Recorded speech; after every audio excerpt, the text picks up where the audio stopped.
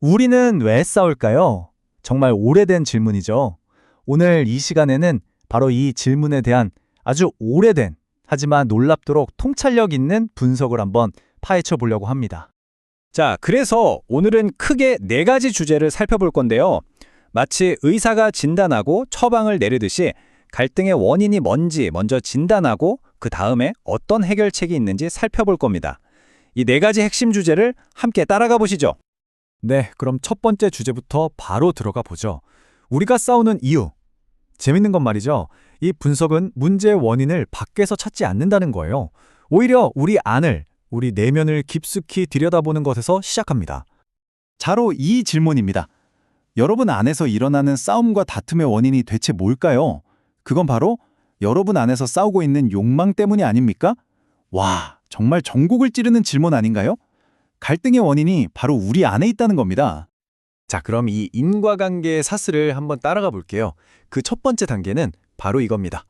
우리 안에서 욕망이 싸운다. 그러니까 모든 문제의 시작은 내 안의 전쟁, 내 안의 혼란이라는 거죠. 내 안에서 욕망들이 싸우니까 어떻게 될까요? 당연히 뭔가를 간절히 원하게 되는데 그걸 가질 수가 없는 상태가 되는 겁니다. 채워지지 않는 갈증, 결핍감이 생기는 거죠. 그리고 바로 그 결과 우리는 다투고 싸우게 됩니다. 보세요. 정말 명확하죠? 내면의 욕망이 채워지지 않으니까 그게 결국 밖으로 터져나와서 다른 사람과의 갈등이 된다는 겁니다. 모든 싸움의 뿌리가 바로 여기에 있다는 거죠. 근데 여기서 한 걸음 더 나아가요. 우리가 뭔가를 구해도 얻지 못할 때가 많잖아요? 그 이유가 뭐냐? 바로 잘못된 동기 때문이라는 겁니다. 그러니까 더 큰 선을 위해서가 아니라 순순히 내 쾌락을 위해 쓰려고 구하기 때문이라는 거죠. 정말 이기적인 욕심인 셈입니다. 자, 그럼 두 번째 주제로 넘어가 볼까요? 이렇게 잘못된 욕망을 따르는 걸 이 분석에서는 아주 강력한 비유를 들어서 설명합니다. 바로 세상과의 우정이라고 표현하는데요. 이게 왜 위험한 동맹인지 한번 보시죠. 이걸 뭐라고까지 표현하냐면요. 영적인 간음이라고 합니다. 와, 정말 충격적인 단어죠. 이건 신에 대한 헌신을 저버리고 세상의 가치나 쾌락을 쫓는 행위를 말하는 거예요. 그러니까 이건 그냥 취향의 문제가 아니라 믿음과 충성의 문제라는 거죠. 그러니까 핵심은 이겁니다. 세상과 벗이 되는 것이 곧 하나님과 원수가 되는 것이다. 양다리는 불가능하다는 거예요. 둘 중 하나를 선택해야만 하는 거죠. 세상의 가치를 선택하면 신과는 적대적인 관계가 된다는 아주 단호한 선언입니다. 자, 여기서 아주 중요한 갈림길이 나옵니다. 바로 교만한 자와 겸손한 자의 길인데요. 보세요. 교만한 사람은 세상과 친구가 되어서 자기 꾀를 자랑하지만 결국 신의 반대에 부딪히게 됩니다. 반면에 겸손한 사람은 신에게 복종하고 자신의 한계를 인정하죠.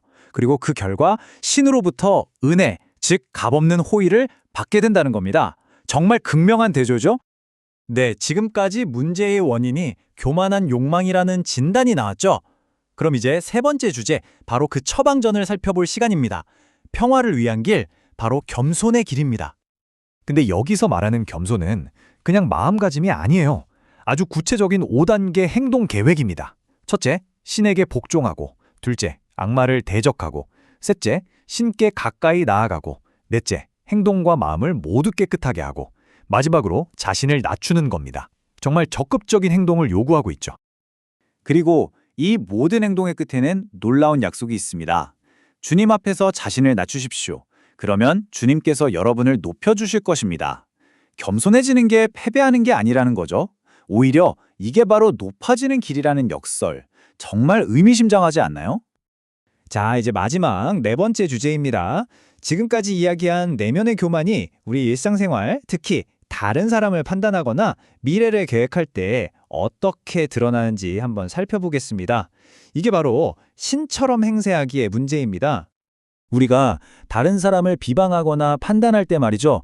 그건 단순히 그 사람을 평가하는 게 아니라고 해요. 그건 법 자체를 판단하는 것과 같다는 겁니다. 우리는 법을 지키는 사람이지 법을 판단하는 심판관이 아니잖아요. 그런데 남을 판단하는 순간 우리가 그 심판관의 자리에, 즉 신의 자리에 올라서려고 한다는 거죠. 이런 오만한 생각에 대해 이 분석은 아주 강력한 이미지 하나를 제시합니다. 여러분의 생명이 무엇입니까? 여러분은 잠깐 나타났다가 사라지는 안개에 지나지 않습니다. 와, 정말 시적인 표현이죠? 우리 인생이 얼마나 더덥고 연약한지를 한 번에 깨닫게 해주는 비유입니다. 이게 미래 계획을 세울 때 어떻게 적용되는지 한번 보세요. 교만한 계획은 이렇습니다.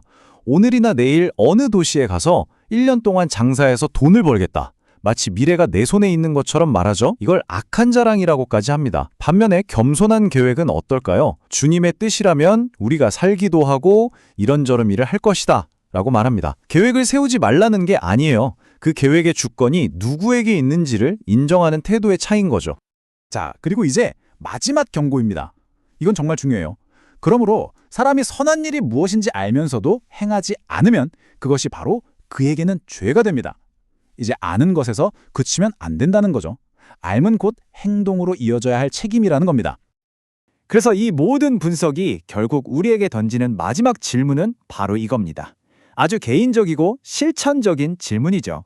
오늘 여러분이 해야 할 선한 일이라고 알고 있는 것은 무엇입니까? 이 고대의 지혜가 단지 머리에 머무는 지식이 아니라 바로 오늘 우리의 삶을 바꾸는 도전이 되는 순간입니다.